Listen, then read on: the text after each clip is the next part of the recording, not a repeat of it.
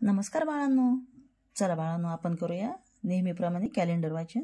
बघा आज मी तुम्हाला मे महिन्याचं वाचन करून दाखवणार आहे बाळांनो। बघा मे 2024 आता कितवा महिना आहे बाळांनो? हा बघा 5वा महिना आहे। काल निर्णय कॅलेंडर आहे माझ्यासमोर।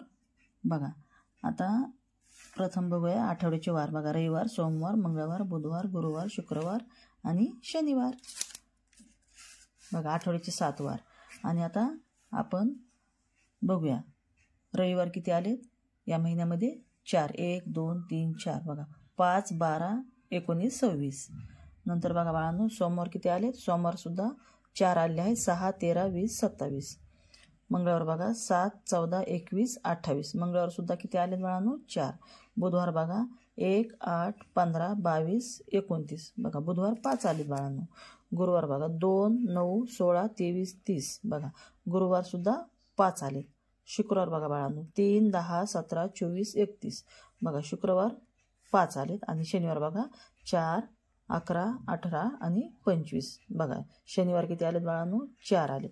बघा असा हा एकूण किती दिवसांचा महिना बाळांनो? बघा 31 दिवसांचा हा महिना आहे। बघा आता या महिन्यामध्ये सुट्ट्या बघूया आपण। बघा 4 रविवार आले, त्या 4 सुट्ट्या नेहमीच्याच बाळांनो, रविवार आहे। नंतर बघा इतर सुट्ट्यामध्ये बघा आता 1 मेला सुट्टी दाखवली बाळांनो इथं। बघा काय आहे? महाराष्ट्र दिन। बघा 1 तारखेला काय आहे बाळांनो? महाराष्ट्र दिन। जे आपण शाळेमध्ये नाही ना झेंडावंदन करतो, तर हा 1 मे महाराष्ट्र दिन आहे बाळांनो। आणि नंतर बघा दुसरी सुट्टी काय आहे इथं? बुद्ध पौर्णिमा बाळांनो 23 तारखेला। बघा बुद्ध पौर्णिमेची एक सुट्टी आहे। अशा या महिन्यामध्ये ह्या 2 आणि ह्या 4 सुट्ट्या म्हणजे एकूण 6 सुट्ट्या आल्यात बाळांनो। बघा 31 दिवसांचा हा मे महिना आहे बाळांनो। तुम्ही सुद्धा काय करायचे? कॅलेंडर बघायचे आणि हा महिना समजून घ्यायचा आहे। ओके।